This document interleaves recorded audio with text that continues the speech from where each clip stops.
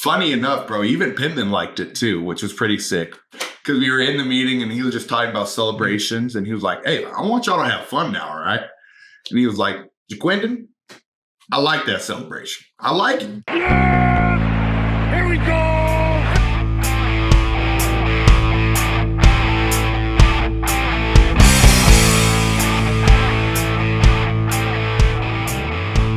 We're back. Junior, Yeah. you guys f***ed up Arkansas Pine Bluff. I think that is the appropriate time to use a curse word. How you doing today, dude? Doing good, man. Today's our off day. We got 2 off days. We were able to get Friday and Sunday off, so body's recovering nice. We got the dub, so that always feels good, man. And I was pulled by the third quarter, so, that's always nice, bro, to get a little bit of time off, let the body recover, and got to watch some Oklahoma State, and we're on to the next week. Yeah, I think you guys did exactly what needed to be done. You put on a show. It all happened very fast. By the end of the first quarter, it was 28-0, and you were just like, "Oh, yep, this is what we expected." Did you know you were going to play into the third quarter? I figured you probably would, just because of the game shape type thing. Like, you want to be able to go from cold to then, all right, we got to revamp it up for 2 good quarters. Most definitely. After we put up that performance in the first half, I think we were kind of all on the line. We're like, is this it? Are we done? And then we got to the locker room and they're like, you guys got one more drive in you. Because we wanted to get our second string quarterback, Malachi, some reps, just give him some good looks. And so he went out there, we drove, we scored, and that was it for the rest of our night. So it's pretty nice. On the field, what was the conversations being had by the Arkansas Pine Bluff team? Because you're there, we couldn't hear it, but I would imagine it was a lot of the blame game. Was the blame game happening? No, dude. Like, I feel like they knew from the jump. There was only one of them that cared enough to be upset. But no, it was quite funny, dude. One of them actually I guess they were saying this all night. They'd do a move. So somebody hit a move on me, tried to hit a spin move on me. And then he was like, "Oh yeah." And I locked him up and he was like, "Oh yeah, that didn't work in the swag. That didn't work in the swag." And he was getting all hype and shit. And I was like, what the are we doing, man? Who are we playing right now? But no, that was definitely the funniest thing that happened all night. And that was kind of the only time they really talked. I mean, they'd obviously good job. And it was just dude, I don't want to hear it from you, respectfully. Yeah, that's hilarious. I knew that there was probably some good back and forth on the field there that we were able to capture, because I mean it's a world of a difference going from San Jose State. You could sit wherever you want. Yeah, you can come in at any gate. It's a very laid back environment to then. All right, everybody is in their seats 45 minutes before the game starts. We are all, waiting for you guys to come out. We actually, I guess we could just recap the beginning portion of the trip. So it was very cool for me to see you kind of embrace this role, because I think it's tough. You have to have confidence in yourself, and you have to have confidence in your abilities to be all right, I am going to perform well. So let me soak in the moment. I think you're doing that. I think you're on the hog walk. You were one of the few players that was holy shit, this is cool, bro. You're going up, you're dapping up everybody. And I think that comes from, a lot of preparation, because I knew I wouldn't feel confident doing shit like that if I knew oh, all right, I'm going to be I have to dial in here, I'm not saying that you're not prepared, maybe over focused, because I think there's that balance, and I think you showed it really well. It's I told Dad, I was it's a superstar quality that you're starting to get, where the hog walk is meant for enjoying the people. And no, most definitely. So explain to me, how did it feel from your perspective? Because that's the way it came off to me. No, for sure. And I think that's just kind of how I am, kind of pregame. I don't want to overly try to focus my mind because I'm just going to drain myself out before I even get to the game. And so I think, like you said, dude, I just try to soak it all in. And that hog walk was insane, dude. And I guess like that's when like half of what we're going to get on like an actual game day at Fayetteville, which is even insane to me. But yeah, no, dude, I was just trying to really soak it all in. And then, like you said, dude, it's all that hard work and preparation that I've put in for years and just trying to soak in that moment and just kind of, see myself as those little kids who are reaching out their hands, just trying to give out like a high five, So just trying to be in the moment and just soak it all in. And it was special, man. It was very special. I think not too many players kind of can attack it from that perspective if you haven't seen the other side. You know what I mean? So like if you were to have gone into a school that was the norm, then maybe by year 4 or something, it kind of like wears off. But I don't know. With some players, it doesn't wear off. And I think we remember those players because, you see the Jameis Winston not leaving a training camp until he signs every autograph. It's you can separate, the game, yourself, and then how you want people to, view yourself. So keep up the good work, because thanks, G. And then tell your teammates, embrace the hog walk. This is your time to be superstars. And for sure. Okay. So aside from that, hog walk, dope. I was next to a dude, Junior. He's been a lifelong hog fan for I think 35 years, his entire life, right? He had a hog, a cotton hog hat. Did he have tusk too? He was right next to us when you said hello to us.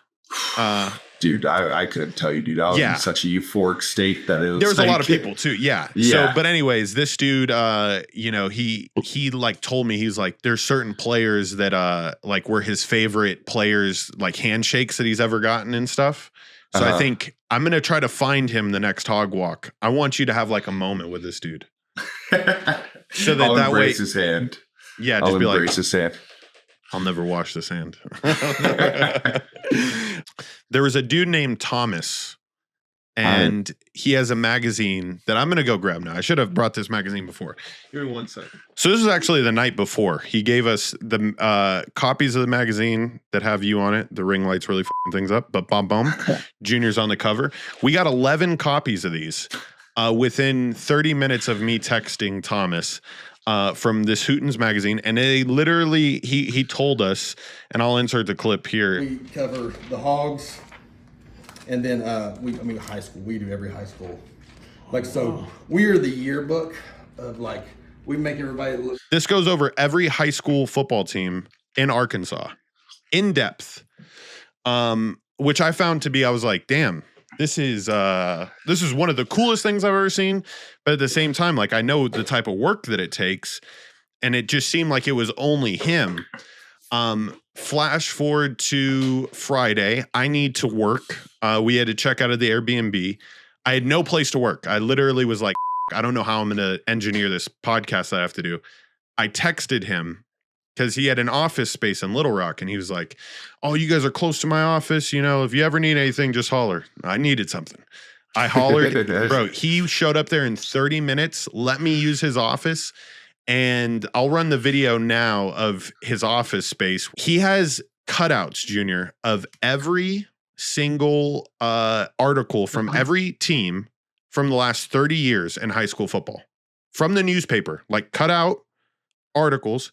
So that way, when he writes this, or when they write this, they have up-to-date materials from what was written years previous. That's insane. 30 years worth of content. I could definitely tell the attention to detail from this guy was on it, dude. Even when I was texting him and when I met him in person, like he was on it. He's a great dude. Awesome dude. Agreed. And he let me use his office. He bought me lunch. Thomas, I might buy an ad spot next year for Pin and Pool. We're going to make the Hootens. Maybe it's like this. Like we get the back cover here, just a picture of you and me. Hopefully, man. Let's make it happen. Let's make it happen. Okay, so that was insanely cool. I thought one thing that was hilarious that you guys did before the game, you guys watched the movie Twister. Give a quick review on the movie Twister. That movie sucked. And even Coach Pittman said it. Like, we got onto like the bus and he was like, man, that shit was ass. Like, even he realized how like bad it was. So no, dude, I mean, like you said, bro, there's only so much you could do with a tornado in a movie. Like, there was like 5 of them in a matter of an hour and a half or 2 hours of the movie. So yeah, no, it was very predictable, not good. Not a good movie. I don't know what else to say about it. Do you guys so do you know who selected the movie? Was it Pitt that selected the movie? I think it might be Pitt that selected the movie. I mean, because it was an older movie back in the day. There was like an original. So I could see him being like, I remember this was good back in my day. They're like, let's watch it with the boys. And it just was not good. Oh, man. Yeah, definitely get like a little movie suggestion. Get an old shoebox, just cut a hole at the top and just movie suggestions for next time. And then you guys can, it could be a team choice. Watch it be Twister again. 1984 edition. It's being sickening. Oh my God. All right. So you guys were able to come back early. You guys got to check out a little bit of Oklahoma State. So I guess let's just get into, I guess this is the first true game prep. Oklahoma State beats South Dakota State 44-20 on Saturday. Kind of shocked people, I guess, in the sense that based on what I'm reading in the comments, that they thought they would perform a lot better than just 44-20. But South Dakota State's a tough team. What were your initial thoughts watching some of that stuff back? I mean, at least from my perspective, I kind of figured that South Dakota State would put up a fight. I mean, they won the FCS championship last year. So, I mean, they compare with some group of 5 schools. And so it wasn't no like walkthrough for Oklahoma State, which is great for us, man, because we get great film on it. We're able to like look at them, be able to really like evaluate them deeper because we have this better film. You know what I'm saying? So, but it's a solid team, dude. They have a lot of returning guys.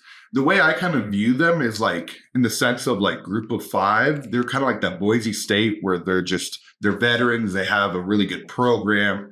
They're consistent, you know? And so those teams are scary. Those teams are very scary because you know what you're going to get out of them week in and week out. And so it was good film. And I think it's just time to just kind of digest it all and work hard and hopefully get after. No, we're not hopefully. We're going to get after their ass. Yeah, bro. I think the one player on their team that stands out the most from week 1, and it was already like a preseason kind of consensus, but the running back, Ollie Gordon, who is built, I mean, like a tank. Like this dude's enormous. He kind of is built like Jaquindon Jackson a little bit in the sense where he's just, just a stout, fast running back. He's going to be like a fun player to see like how your defense matches up against them. But other than that, I mean, like there was definitely things I saw against South Dakota State, some big runs that kind of gashed the defense. What type of scheme did you see them running a majority of the time? Did you see, or? It's hard to tell. It looks like a lot of even front. I do see that they like to put out their ends really wide. They'll make like some 9 techs, which changes up the game plan a lot. Not changes up the game plan, but just kind of changes up my technique and how I go about doing some of my sets. So that's going to be interesting because I haven't really worked that a lot. Like with the way that our defense plays, they're a lot tighter on the edges. And so, it's just going to be something I have to work on this week. And they have a really good defensive end. So that's always exciting, man. I could just show some good tape to these scouts. Like, hey, I could block the best and I could play with the best.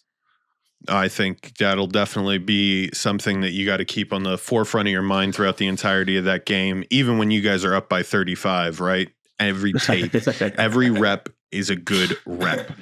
I think anything. Oklahoma State had this thing going on before the season. They said that they were going to be the first school ever to put QR codes on the back of their players' jerseys that are on the back of their helmets that are connected to their NIL store so that players or people in the stands could, zoom in, go to the QR code and then, buy stuff for the players. And then the NCAA, bro, it's crazy. They you let NIL happen, you let all this stuff happen. College football has completely changed. And the NCAA saw Oklahoma State about to do this and they said, no. Isn't that nuts? Dude, they're always worried about just the wrong shit. They're not focused on what's actually going on behind the scenes that's actually ruining I wouldn't say ruining college football, but it's giving teams advantages. And then once they do something like a QR code to help get players more money, they're just like, no, we're gonna put our foot down now. And it's like, you should put your foot down and go 3 years ago when this NIL shit came out, but you guys did it. So now we're here. And I think Oklahoma State, you're telling me that they had something written in the rule book that they could kind of manipulate it where it's going to happen. Right? Yeah, no, so this is the way that law works, where it's just the way that the rule is written, it can be interpreted many different ways. Yeah. And the way that Oklahoma State's, saying that it should be ruled is in their favor so that they should be able to use the QR codes. And I think this is something that they're going to fight it and they're definitely going to win it. I think the NCAA is just looking for anything to grasp onto where they're like, oh my God, can we please control something? Before you know it, the NCAA will be gone. Yeah. I don't see how they can. It'll be a football has an NCAA, basketball has an NCAA. They'll probably rename it, you know what I mean? But it'll be subcommittees. Because it's these are the same people that are making rules for fucking rowing, right? So right. I think how far away do you think we are from that? 5 years? Because after that, then it turns into a semi-pro type thing, right? Yeah. And so I guess this is where I would want to talk to maybe Nick Deus or somebody that understands the way that the European soccer federations work. Where it's you have feeder systems in leagues. Right, I think right. They even do it in Canada with hockey. Where you don't necessarily. They do go to college, and that is a big thing. But eventually, we're saying, it's going to be ruled out. It will just be a semi-professional sports league. I know there's 5 conferences right now that would be able to fund it on their own. So, right. Okay. How long until we're at 8? And that's the majority. Yeah. And then everything changes. So maybe, 5 years. Let's go 5 years. Sounds about right. Okay. So that is everything for the game review and the game prep for this upcoming week. When we hit you guys on the other side, we're going to be going to the booth review. We're going to be seeing some of the craziest highlights from week 1, some of the craziest touchdown celebrations from week 1. We will catch you on the other side.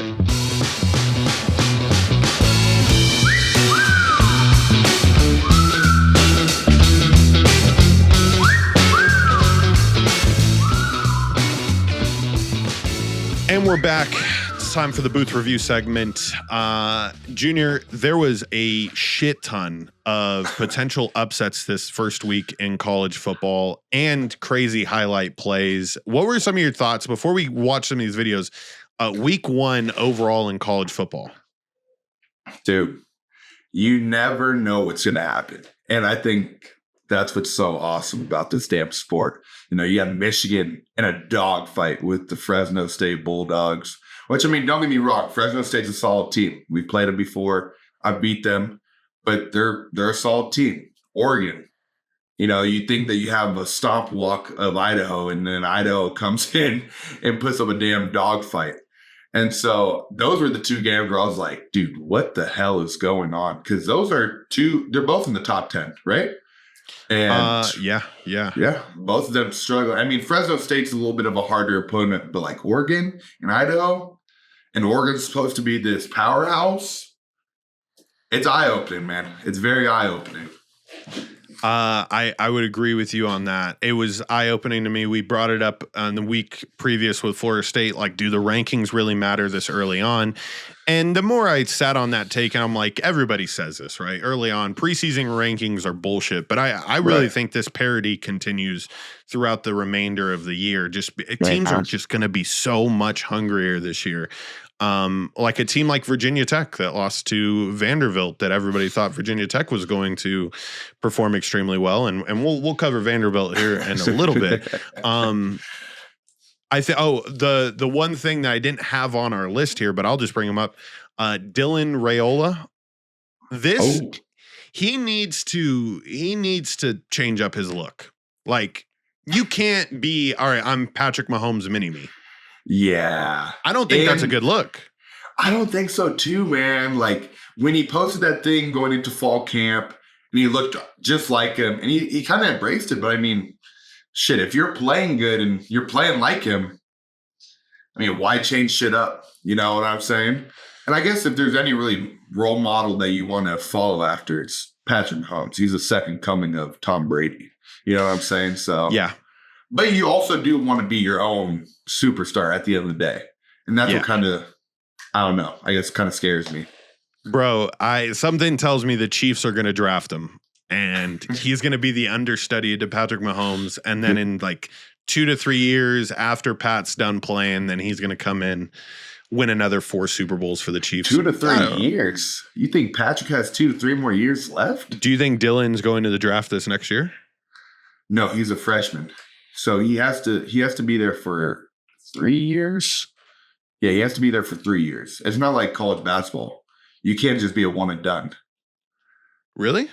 Yeah. You didn't know that? I think there's exceptions to the rule.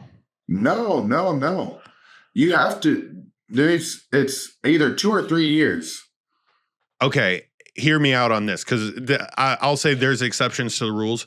Had Travis Hunter been drafted in the NFL this last season, or this past draft, he would be a top 10 receiver this next year in the NFL. Wait, so if Travis Hunter was in the NFL this upcoming season, like he got drafted based on what happened last year, he would be a top 10 receiver in the NFL. You think they're going to move him to wide receiver? You think that's his natural position? Or do you think he's going to do dual threat when he gets there? All right, we're fucking getting way off. Yeah, my bad. We're getting way off track. My bad. Okay. That is interesting. All right. We got to do a whole nother segment on just this in the future. Most definitely. Hell of a catch, though. Hell of a catch by him. Yes. Insane catch. Catch. That'll start off the booth review. I mean, all right, that's fair.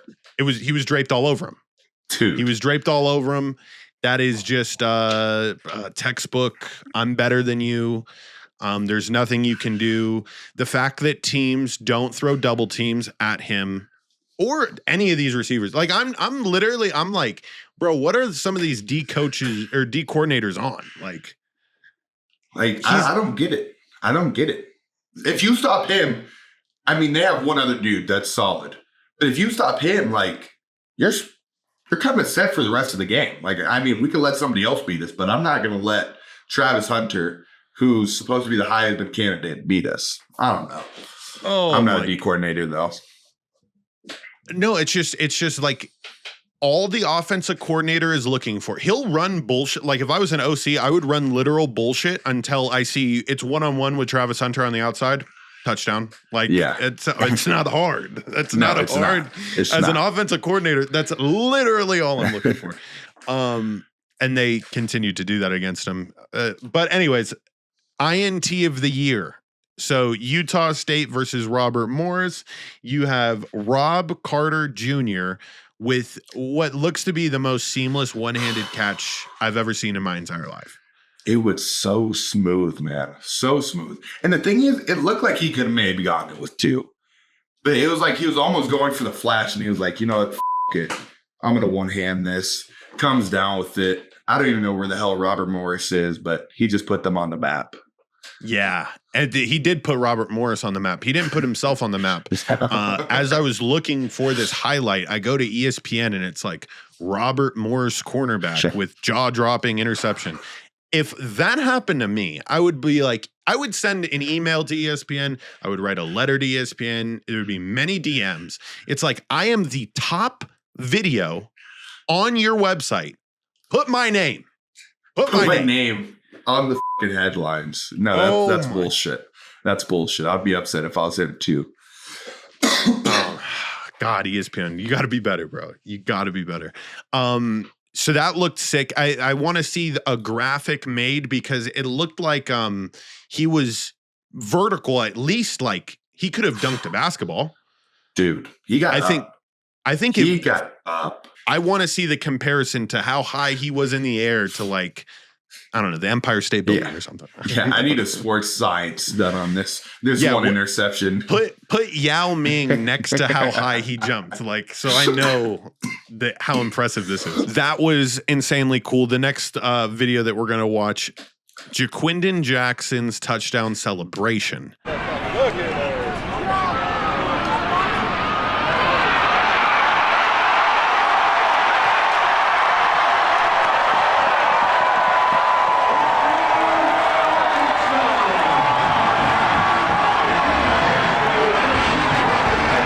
Junior, go over this in detail. You had a front row view to the celly. Dude, that's the thing is I don't even remember. I didn't see it in the moment, which kind of pisses me off because I was hyping up the crowd. I was hyping up the UAPB crowd. At that point, I think we were beating them 21-0, 28-0. They were dead silent. I was trying to hype them up. And then Jaquindon hits them with the clean little, hey, ladies. And then he says something after. I don't know what he said after. But I'm sure he got their Instagrams or numbers after the game. That guy, he's a dog, man. Cleanest celebration I've ever seen. I was telling you, I'm surprised more players don't do this. And you know what's funny? You smacked his helmet like after it happened, and I was like, "Oh, Junior, you're just being like a dog. Like you're just like, oh, Jaquindon, you're being silly. You know, like cut it out." But you didn't see it, so like I didn't see it, dude. By the way, you smacked the shit out of his head. Out of him. Yeah, dude, I know. I felt so bad after, like, I was like, dude, Jesus, I might have gave him concussion. I hit him so hard. But funny enough, bro, even Pittman liked it too, which was pretty sick. Because we were in the meeting and he was just talking about celebrations, and he was like, hey, I want y'all to have fun now, all right? And he was like, Jaquindon, I like that celebration. I like it. And everybody just started laughing, bro. Because it was like, bro, yeah, like you can't really get mad at it. You're not going to get a flag. It's a quick, efficient, clean. It's a clean celly. It's a clean celly. Yeah. Oh, I really do like it. And there's just so many opportunities. Like you see a quarterback running out of bounds. Like so many times the quarterbacks are literally in the middle of the cheerleaders. Like I would maybe like stop for a second. I don't know. Just be like... Hey, ladies. Just hit them with, yeah, I guess that's the next thing, right? Yeah. But people don't call anymore, so it's kind of, but I mean, like, it's the universal signal. Yeah. Can you imagine if one of the cheerleaders actually did call him? I wouldn't answer. I wouldn't answer a number that's not saved on my phone. Well, do you think that one of the cheerleaders followed him on Instagram? I wouldn't be surprised. I have to ask him. I'm sure it happened. Because he posted that picture of him doing the celly. He covered up all their faces, but I'm sure, which was hilarious. Yeah, he's jokes, man. He was jokes. Awesome, dude. So yeah, we should be expecting more of that, which would be awesome. There's another celebration that we got to check out now, and this is Vanderbilt's quarterback, Diego Pavia. Yeah. Pavia. Diego Pavia's touchdown celebration. What in the world is the solo celly? Like, I didn't like it at all. I don't know if it's necessarily that he did it by himself. I think it's just like he's just a cornball. He's a straight up cornball. Like, I don't know, dude. Like, some people have the sauce. Some people have that like flair. He does not have it. He did the weakest gritty, and then he did the squabble, which I need to try to find that video where it's like, you're like this, and he did it, and it just was so offbeat, just so white, and just bad, so bad. And then I don't know. I don't know if it's because I'm a hater of Vandy or what, or a hater of him, but it was not good. It was not good. And the crappy thing is when we had first brought this up, I was like, bro didn't play too bad. You know, like I think they got out on a 21-0 jump on Virginia Tech. They eventually have to get into a dogfight, winning in overtime. But yeah, as I was watching it, it was the touchdown celebrations that made me go, this kid's just you're right. It is a flair and a swagger. I think so many times players don't practice it. You know, you got to practice your cellies in uniform. Yeah, no, for sure. Because like if you're not in uniform, like you don't know how your shoulder pads look as you're doing things. Things got to be exaggerated. The movement's got to be exaggerated. I'll toss this in. This is the coolest way to dance after a touchdown, and it's Travis's Hunter's, like where he was doing like the crazy legs. Oh, dude, he has moves. See, now that's flair, and I know it's Travis Hunter, and I know he's a dude, but that guy has moves. He did something in the end zone where I was like, oh shit, like he's groovy with it. Yeah. And you got to be groovy with it. You can't be stiff. And I think that's where Diego goes wrong. He's way too stiff. And so, you know, maybe figure out something that kind of caters more to your stiffness and lean away from the stuff that requires you to be more flary. That's a touchdown celebration 101 from Fernando Carmona Jr. there. You guys tell us down below in the comments, what was your favorite touchdown celebration from this past week? And is Diego Pavia a cornball? Yes or no? He definitely is. That'll be the poll. Okay, on the other side, we are going to hit you with the blind side, last segment of the day. I'll see you then. We're going turbo through some of the hottest topics from this week. See you on the other side. Buena Vida Chiropractic. I mean, it's one of the best. Which is true. It's true. I've heard that it was almost named the Crack House. It's a common joke, but I mean, being around Dr. Anthony, you know, you crack those kind of jokes.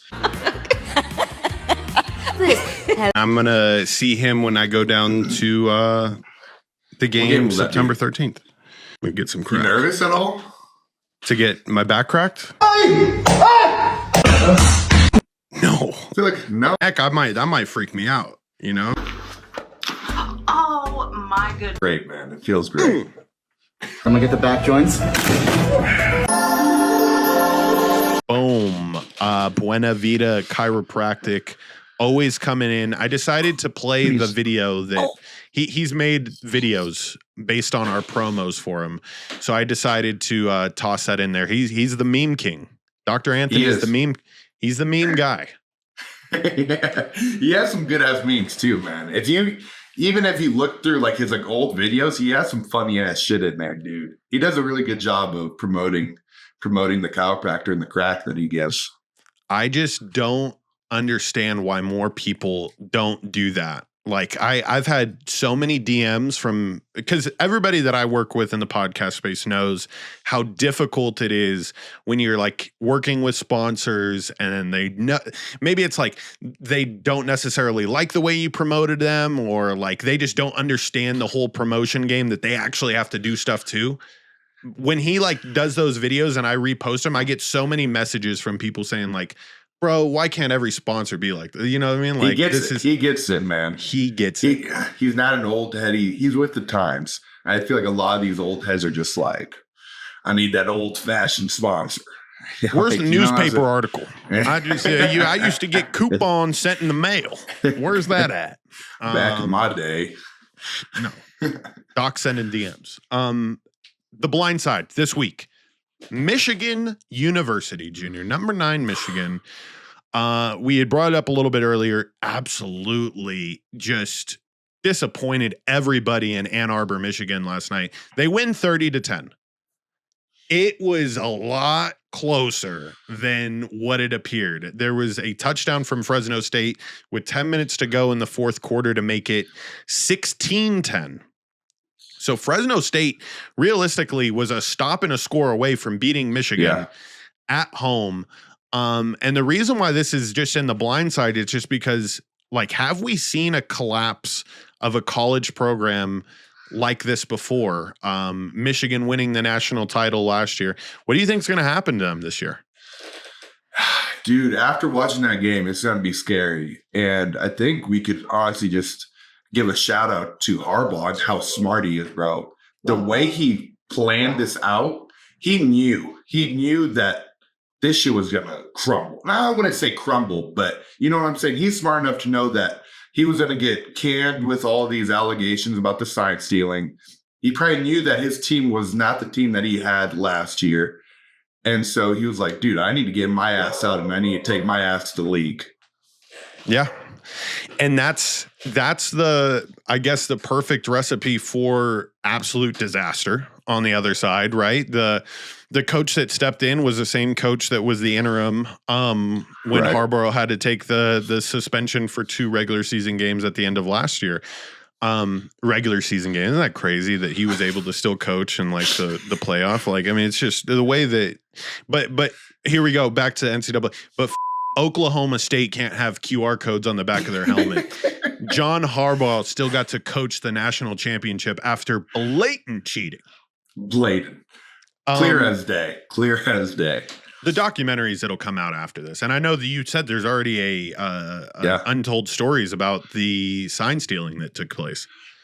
This guy went into depth too, dude. Like, if you watch it, this guy was making like videos of him doing the signs that the other teams were doing, just so he could like study them. Like, he was almost watching film on himself of the sign stealing. It was insane. This guy's f***ing insane. And he's nuts in the head. But I mean, they're national champs. He got himself a ring. If you're not cheating, you're not trying. So, yeah. I think you find every edge that you can possibly take in the league. Yeah. And I mean, bro, the signs have been one thing that, I mean, even your defensive coordinator brought it up. T. Will was like, bro, really? Everybody's doing this. Come on now. It's not new. There's literal positions for this. So it's not new. I mean, I'm not saying that, you know, what they were doing was wrong. I still think there's varying levels to it. For sure. They might have crossed the line. A little bit. Yeah. I think the next thing that you'll see as far as a scandal is somebody who is on the same frequency as the in-ears of the quarterbacks and the people that are on defense. I mean, it's not hard. It's radio frequencies. Yeah.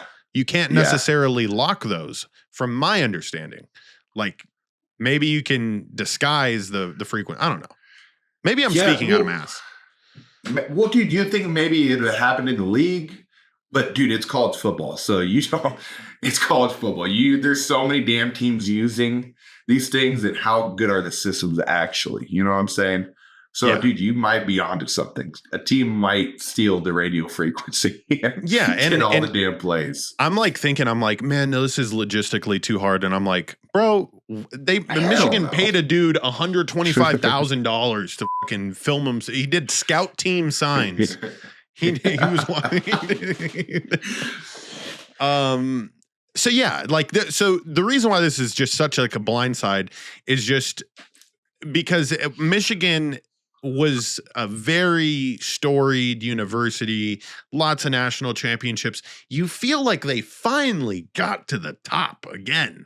Yeah. And now it's almost like they are maybe like a 6th, 7th place team in the Big Ten based on the first performance. And now we could be completely wrong throughout the rest of this year, but based on what they showed us week 1, it's going to be a long year for them.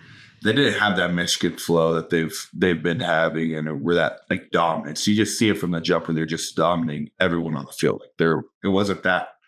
And and don't get me wrong, Fresno State's a solid team, they're a solid program. They got a lot of good shit going on for them, but I mean, fuck, man, if you're not moving people on the Mountain West, like, that's only going to get hard from here. Facts. And they got Texas next week, and Texas has some guys. They have some guys. Yeah, I would imagine that Texas opens up as a big favorite in that. We wondered at the end of watching this that they were, they were going to probably move Michigan down in the rankings. I don't think this is you're out of the top 25, but I definitely think this is you're down 2 to 3 slots. Yeah. I agree. The last thing that I'll leave from this, which was the ultimate blindside for Michigan, is they go with their starting quarterback, who's a walk-on, Davis Warren, over Alex Orji, one of the best names in college football. Orji got a lot of play time at the end of last year. They brought him in for a lot of the wildcat type sets where you can have a quarterback that could also pass the ball, but he has he's fast as f. So the fact that they didn't go with him as the starter there, I think is going to be something to watch out for, because I'm pretty sure at these big time programs, a couple of games where you don't perform well, you're on to the next one. Yeah. And that's what's always scary, dude. When you don't really have a set starter going into a year, that speaks volumes to a team of where they're at and what they're trying to accomplish. Because they're still trying to figure out what is the best fit for our offense to score. And that's scary. That is scary as shit. Yeah. We'll see the way that Michigan's year progresses, but it could be very similar to what happened to TCU after TCU made a crazy run, and then the next year they go 5-7. I don't know if they go 5-7. I think they do a little bit better than that, but it could be a steep decline just like that. Very excited for this upcoming week. Oklahoma State fans look a little rowdy. I think we're finally going to get some they're going to do the paddles, right? They have the paddles in the end zone. Yeah. Fired up for that. That's sick. I think I'm getting into a fight this week. Yeah. I think that's.